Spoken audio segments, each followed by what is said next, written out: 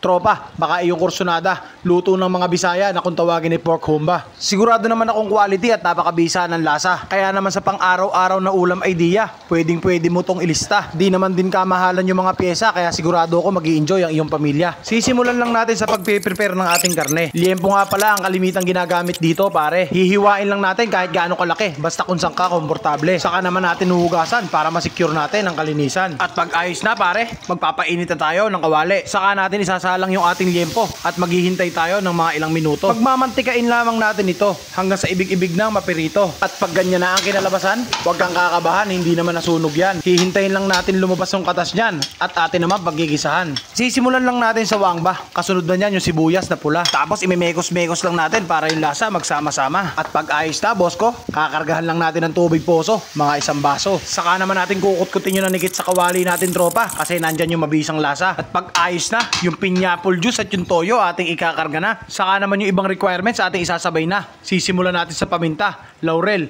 black beans at yung banana blossom repa. Imemekos-mekos lang natin bago natin lagyan ng asukal na pula, mga 2 kutsara. At ayos na yung timplahan. Atin munang tatakpan, apoy ay hihinaan para naman yung karne atin ang mapalambutan. At makalipas ang kalahating gasol, pare, i-check naman natin kung malambot na ang ating karne. Ayos na yung lambot na yan, kaya naman atin ang susukaan. Ito kasabihan ng mga matatandang hubo, pag naglagay ka ng suka, wag mong sasabayan ng halo para daw yung suka sumingaw at hindi ito mahilaw. At ayos na yan, mga tropa. Hihintayin na lang natin medyo matuyo ang kanyang sarsa. At pag ganyan na ang itsura, siguraduhin mo yung kanin nakasaing na, tropa. Kasi sigurado ako sa bisa at lasa, siguradong mapapalabang ka. At ayan na mga tropa, lutong Bisaya na kung tawagin ni pork humba, na sigurado ako mag-i-enjoy ang iyong pamilya. At maraming salamat nga pala sa panonood mo, boss ko. Kung ikaw ay natuto, paki-follow naman ako at paki-share yung video. Bye!